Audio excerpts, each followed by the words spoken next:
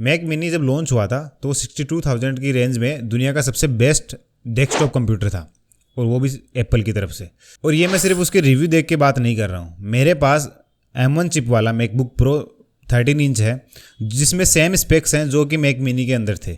इसका मतलब इसके अंदर भी वही पावर है जो मैक मिनी के अंदर थे। और मैं इस लैपटॉप में पिछले 2 साल से बहुत सारे यूट्यूब वीडियोस और साथ में म्यूजिक वीडियोस एडिट कर रहा हूं जिनके अंदर प्रॉपर तरीके से इफेक्ट्स और कलर ग्रेडिंग भी की जा रही है, और मुझे इसमें कुछ खास इशू नहीं आ रहा, जबकि ये लैपटॉप 8 GB रैम वेरिएंट में ही है। कुछ कमियां हैं इसमें, अगर आपको उसका लॉन्ग टर्म रिव्यू चाहिए तो कमेंट करके बता देना, मैं उसका रिव्यू डाल दूंगा। बट अभी इन जनवरी 2023 एप्पल ने नया मैक मिनी लॉन्च किया है जो कि M2 चिप के साथ में है। इसमें 2 मैक मिनी लॉन्च किए हैं, एक है M2 चिप के साथ और दूसरा है M2 प्रो चिप के साथ। तो हम इस वीडियो में बात करने वाले हैं कि M2 and M2 pro chip वाला मैक मिनी आपके लिए कितना सही रहेगा, किसके लिए M2 चिप वाला मैक मिनी सही रहेगा और किसके लिए M2 प्रो चिप वाला। साथ में हम ये भी देखेंगे कि ये जो M2 चिप वाला मैक मिनी है M1 चिप से कितना बेहतर है, और M2 प्रो चिप वाला मैक मिनी है वो M1 Max स्टूडियो वर्जन जो आता है उससे कितना बेहतर है। आप इसमें किस लेवल का काम कर सकते हो, किस वर्क के लिए कौन सा मैक मिनी बेहतर रहेगा, आज इस वीडियो में हम डिटेल में जानेंगे। चलिए स्टार्ट करते हैं। तो अभी in January 2023 Apple has announced second Mac mini जो M2 चिप के साथ है, और दूसरा मैक मिनी है जो M2 प्रो चिप के साथ है। और ये जो ओरिजिनल मैक मिनी था M1 चिप वाला उससे $100 लेस है। बट आपको इंडियन वेरिएंट के अंदर इतने ज्यादा प्राइस डिफरेंस नहीं दिखेगा because rupees goes down against dollar. तो अगर आप M2 चिप वाला मैक मिनी खरीदते हो तो सिर्फ वो 2,000 रुपए कम में दिखेगा, बट फिर भी एक better CPU and better GPU अगर आपको 2,000 रुपए कम रेंज में मिल रहा है तो वो भी कम नहीं है। तो 60,000 की रेंज में M2 चिप वाला और 129,000 मतलब 1,29,900 रुपीज में M2 प्रो चिप वाला मैक मिनी मिलता है आपको। तो आज हम इस वीडियो में कवर करने वाले हैं specs of M2 Mac mini and M2 pro Mac mini, इनके रियल लाइफ कंपैरिजंस, दोनों के बीच में दोनों में कौन सा बेहतर है और M1 चिप के अगेंस्ट कौन सा ज्यादा बेहतर है। Which Mac mini you should buy, आपको M2 मैक मिनी वाला लेना चाहिए, M2 प्रो मैक मिनी लेना चाहिए, ये भी इस वीडियो में हम जानेंगे। उसके बाद में हम जानेंगे which version should you buy, मतलब आपको 8 GB वेरिएंट लेना चाहिए, कितना स्टोरेज लेना चाहिए, कौन सा प्रोसेसर लेना चाहिए, मतलब M2 प्रो या M2 कौन सा लेना चाहिए, इस बारे में भी हम डिटेल में बात करेंगे। उसके साथ में हम ये बात करेंगे क्या जिनके पास ऑलरेडी M1 मैक मिनी है उनको अपग्रेड करना चाहिए, और अगर अपग्रेड करना चाहिए तो कौन से मैक मिनी में अपग्रेड करना चाहिए। उसके साथ में हम कंपेयर करके देखेंगे M1 प्रो मैक्स स्टूडियो वाला वर्जन M2 प्रो चिप के साथ जो मैक मिनी लॉन्च हुआ है उसके साथ भी। ठीक है, तो चलिए स्टार्ट करते हैं। तो हम सबसे पहले बात करेंगे M2 मैक मिनी के स्पेक्स की। तो जैसा कि आपको पता है इसमें M2 चिप है जो कि नई है, जो M1 चिप से 25% फास्टर है अकॉर्डिंग टू एप्पल। उसके साथ में जो CPU है वो ऑलमोस्ट सेम है, 8 कोर CPU है जिसके अंदर 4 कोर परफॉर्मेंस कोर है और 4 कोर इफिशिएंसी कोर है। इस बार M1 मैक मिनी से रैम है वो थोड़ी इंक्रीज कर दी गई है, बेस रैम है वो 8 GB है, पर आप हाईएस्ट 24 GB तक जा सकते हो। जो M1 वाला था उसके अंदर आप 16 GB तक ही ले सकते थे। उसके बाद में Wi-Fi 6E का सपोर्ट है जो थोड़ा सा बेटर है, और इथरनेट 10 GB का सपोर्ट है जो कि आपको अलग से $100 लगा के खरीदना पड़ेगा। तो जो बेस वेरिएंट है उसके अंदर इथरनेट पोर्ट है वो नॉर्मल वाला ही है। साथ में जो नया मैक मिनी है उसके अंदर आप 6K तक डिस्प्ले ऐड कर सकते हो, आप 3 डिस्प्ले ऐड कर सकते हो। जो एक HDMI के थ्रू है वो 4K हो सकती है, बाकी थंडरबोल्ट पोर्ट 4 है उसके थ्रू आप 2 डिस्प्ले ऐड कर सकते हो, इसमें एक 6K और एक 5K आप लगा सकते हो। अब बात करते हैं M2 प्रो चिप के साथ जो मैक मिनी है उसके स्पेक्स की। इसके अंदर 10 कोर CPU भी है और 12 कोर CPU भी है। 2 CPU वेरिएंट है जो अलग अलग आपको प्राइस के अकॉर्डिंग पड़ेगा। जो बेस वर्जन है उसके अंदर 10 कोर CPU है जिसके अंदर 6 कोर परफॉर्मेंस के लिए है और 4 कोर्स हैं वो इफिशिएंसी कोर्स हैं। साथ में इसके अंदर आप डिस्प्ले है वो 8K तक लगा सकते हो, मतलब 4 थंडरबोल्ट पोर्ट है। जो M2 चिप वाला मैक मिनी है उसके अंदर आप सिर्फ 3 ही डिस्प्ले ऐड कर सकते हो, पर यहाँ पे आप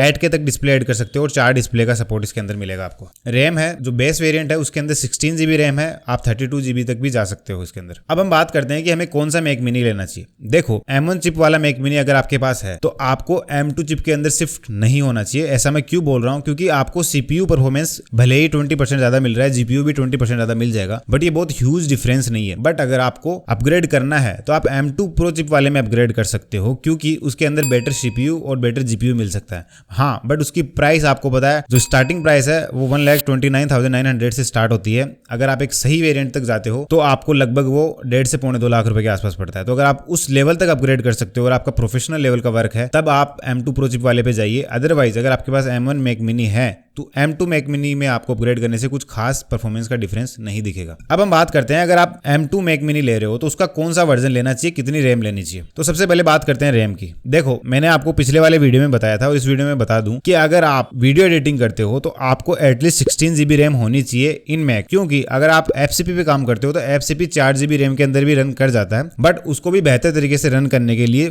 8 GB रैम चाहिए। वहीं पे अगर आप प्रीमियर प्रो या दाविंची रिजॉल्व किसी पे भी काम करते हो तो आपको एटलीस्ट 8 GB रैम वेरिएंट होना चाहिए। पर अगर आप फ्यूजन में काम करते हो या फिर आफ्टर इफेक्ट्स में काम करते हो तो आपको 16 GB रैम वेरिएंट ही चाहिए। और साथ में अगर आप एक सॉफ्टवेयर को खोल रखा है और दूसरे सॉफ्टवेयर पे काम करते हो तो वो दोनों रैम कंज्यूम करते हैं, तो अगर दोनों 8-8 GB की रिक्वायरमेंट होगी तो आपका पीसी लैग होने लग जाएगा, आपको इन फ्यूचर दिक्कत आएगी। ऐसा नहीं है कि आप काम नहीं कर सकते हैं। मेरे पास जो लैपटॉप है मैकबुक प्रो, उसके अंदर 8 GB वेरिएंट ही है, पर फिर भी मैं उस पर अच्छे से काम कर पाता हूं, बट वो लैग होता है। और वो लैग होने का रीजन यही है क्योंकि जब 8 GB रैम का वेरिएंट होता है तो सिस्टम को कहीं ना कहीं कॉम्प्रोमाइज करना पड़ता है आपके सॉफ्टवेयर को रन करने के लिए। वो किसी ना किसी सॉफ्टवेयर को मिनिमाइज कर देता है, जिसकी वजह से जब उस सॉफ्टवेयर को आप वापस से ओपन करते हो तो उसके अंदर लैग महसूस होता है आपको। तो मैं आपको सजेस्ट करूंगा, अगर आपके पास M2 चिप वाला भी ले रहे हो तो एटलीस्ट अगर आपको अपग्रेड करना है तो आप रैम तो एटलीस्ट अपग्रेड करो, जिसका 20,000 आपको कॉस्ट ज्यादा पड़ने वाला है। आई नो आपको लगभग 80,000 के अंदर ही पड़ेगा। हाँ, आप स्टोरेज चाहो तो 256 GB ले सकते हो, क्योंकि आप एक्सटर्नल स्टोरेज बाद में काम में ले सकते हो, क्योंकि मैक मिनी एक डेस्कटॉप है तो उसको आप वैसे भी टेबल पे काम में लेने वाले हो, तो आप उसके अलावा उसके साथ एक्सटर्नल हार्ड डिस्क या फिर SSD लगा के उसका स्टोरेज एक्सपेंड कर सकते हो। बट रैम आपको एटलीस्ट 16 GB लेनी ही चाहिए। उसके बाद में अगर आप स्टोरेज और अपग्रेड करते हो तो मैं आपको रिकमेंड करूंगा आप स्टोरेज अपग्रेड ना करो, क्योंकि अगर आप 80,000 के बाद में अगर आप 512 GB स्टोरेज भी अपग्रेड करते हो तो वो लगभग 1 लाख रुपए का पड़ जाता है। तो मेरे को लगता है कि 1 लाख रुपए में आपको M2 चिप वाला मैक मिनी नहीं लेना चाहिए। अगर आपका बजट 1 लाख से ऊपर है तब आपको M2 Pro चिप वाला मैक मिनी ले लेना चाहिए, क्योंकि उसके अंदर आपको प्रोसेसर अच्छा मिलेगा, CPU अच्छा मिलेगा और साथ में GPU भी अच्छा मिलने वाला है। और उसका जो बेस वेरिएंट है जो 1,29,990 रुपए का है, उसके अंदर ही आपको 512 GB स्टोरेज भी मिल जाएगा। तो मेरा राय यही है कि अगर आपका बजट 1 लाख से अंडर है, 80,000 रुपए के आसपास है, तो आप 16 GB वाला M2 चिप वाला मैक मिनी ले सकते हो। और अगर आपका बजट 1 लाख से 1.25 लाख के आसपास है तो आप M2 Pro चिप वाला मैक मिनी ले सकते हो। बट अगर आपका बजट इससे भी ज़्यादा है तो आप अगर ऐड करके देखते हो तो आपको पता लगता है कि इसके अंदर आप M2 जो प्रो चिप है उसके अंदर एक 12 कोर CPU भी है और 19 कोर GPU है, क्योंकि जो बेस वेरिएंट है उसके अंदर आपको 10 कोर CPU साथ में 16 कोर GPU मिलने वाला है। बट अगर आप वहाँ पे 30,000 और ऐड करते हो तो आपको 12 कोर CPU और 19 कोर GPU मिलने वाला है। तो हम एक बार ऐड करके देखते हैं। तो ये अगर हम ऐड करते हैं तो ये 1,60,000 रुपये के आसपास हो जाता है। उसके बाद में अगर हम रैम को थोड़ा इंक्रीज करते हैं, क्योंकि अगर हम मैक स्टूडियो से इसको कंपेयर करेंगे तो मैक स्टूडियो का जो बेस वेरिएंट है उसके अंदर 32 GB रैम आती है और साथ में 512 GB स्टोरेज आता है। तो हम इसके अंदर भी 32 GB रैम करके देखते हैं और साथ में देखते हैं कि कितनी कॉस्ट पड़ती है अगर हम मैक स्टूडियो से कंपेयर करें इसकी परफॉर्मेंस और इसकी कॉस्ट को। तो हम रैम 32 GB कर लेते हैं एक बार, उसके बाद में स्टोरेज 512 GB रहने देते हैं। साथ में जो इथरनेट पोर्ट है वो मैक स्टूडियो के अंदर इनबिल्ट ही 10 GB वाला आता है, तो हम इसके अंदर भी इथरनेट पोर्ट ऐड कर लेते हैं। अब इसकी अगर हम प्राइस देखते हैं तो लगभग 2,10,000 रुपये का पड़ रहा है। जो मैक स्टूडियो आता है वो 1,90,000 रुपये का आता है, मतलब आपको लगभग 20,000 रुपये का डिफरेंस दिखता है। तो अगर हम बात करें परफॉर्मेंस में क्या डिफरेंस आएगा, क्योंकि प्राइस है वो ज्यादा पड़ रही है और वहीं पे ये मैक मिनी आ रहा है वो मैक स्टूडियो है, उसके अंदर आपको बहुत सारी चीजें एक्स्ट्रा मिलेंगी, जैसे उसके अंदर आप डिस्प्ले ज्यादा लगा सकते हो, साथ में उसके अंदर SD कार्ड का स्लॉट है आगे की तरफ, उसका कूलिंग सिस्टम है वो इससे बेहतर है क्योंकि उसका कैबिनेट है वो बहुत बड़ा आता है साइज में, तो उसके अंदर कूलिंग सिस्टम ज्यादा अच्छा है। साथ में उसका GPU भी अगर आप देखो तो वो भी ज्यादा है। तो जो मैक स्टूडियो का बेस वेरिएंट है उसके अंदर अपन को 10 core CPU plus 24 core GPU मिल रहा है। जो M2 Pro वाला मैक मिनी है उसके अंदर आपको 19 कोर GPU मिल रहा है, तो मतलब आपको 5 कोर ज्यादा मिलती है GPU के लिए। बट अगर आप CPU की बात करते हो तो यहाँ पे CPU सिर्फ 10 कोर है और M2 Pro वाले में के अंदर CPU आपको 12 कोर मिल जाता है। इट मींस CPU ज्यादा बेहतर है मैक मिनी का और जो GPU है वो मैक स्टूडियो का ज्यादा बेहतर है। तो आपको कौन सा लेना चाहिए? देखो, इसके लिए हम थोड़े से बेंचमार्क वगैरह देखेंगे, बाकी इस पे एक डिटेल वीडियो में लाने की सोच रहा हूँ जिसके अंदर हम पूरे परफॉर्मेंस के जो बेंचमार्क्स है उनको कंपेयर करके देखेंगे मैक स्टूडियो किस चीज में बेहतर है और मैक मिनी किस चीज में बेहतर है। बट अगर मैं आपको ओवरऑल बताऊं तो CPU है, CPU का काम क्या होता है एप्स को रन करने के लिए, मतलब अगर आप एक ऐप से दूसरे ऐप में स्विच कर रहे हो तो आपका CPU अगर बेहतर है तो वो जल्दी स्पीड से काम कर पाएगा। बट GPU का काम वहीं पे है, जैसे अगर आप एक गेम खेलते हो या फिर आप वीडियो एडिटिंग करते हो तो वहां पे आपका GPU काम आता है। अगर आप हेवी ग्राफिक का काम करते हो या नॉइस रिडक्शन अप्लाई कर देते हो या फिर ट्रांजिशन हेवी लगा देते हो या फिर आप फ्यूजन जैसी टैब के अंदर काम करते हो तो वहां पे आपको मैक स्टूडियो ज्यादा बेहतर परफॉर्मेंस देगा, बिकॉज इसके अंदर एक तो कूलिंग सिस्टम ज्यादा बेहतर है, क्योंकि जब आप जीपीयू काम हेवी करते हो तो सीपीयू को कूलिंग ज़्यादा अच्छी चाहिए होती है, तो कूलिंग सिस्टम इसका बेहतर है। साथ में इसके अंदर जो जीपीयू है वो उससे बेहतर है। अगर आप स्कोर्स भी देखोगे तो सिंगल कोर या मल्टी कोर परफॉर्मेंस भी देखोगे तो जो सीपीयू का परफॉर्मेंस है वो ज़्यादा बेहतर दिखता है मैक मिनी में, बट वहीं पे जो मैक स्टूडियो है उसका जीपीयू परफॉर्मेंस आपको ज़्यादा बेहतर देखने को मिलता है। तो फाइनल कंक्लूजन यही है कि ये दुनिया का सबसे बेस्ट पीसी मैं मान सकता हूँ। अगर आप 60,000 की रेंज में अगर कोई विंडोज पीसी बनवाने जाओगे तो वो इतना बेहतर तरीके से काम करे पॉसिबल नहीं है।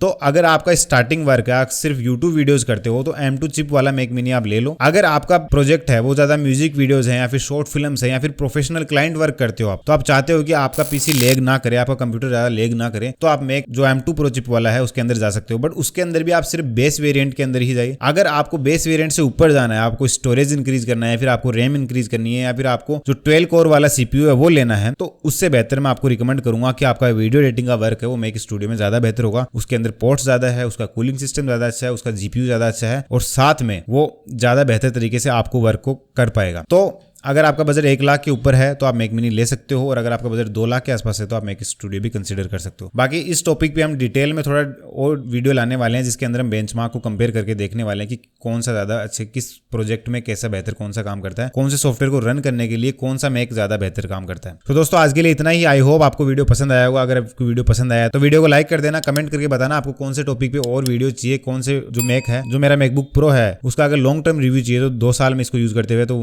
उस पर भी कमेंट कर देना, मैं वीडियो ला दूंगा। थैंक यू सो मच दोस्तों, हैव ए नाइस डे।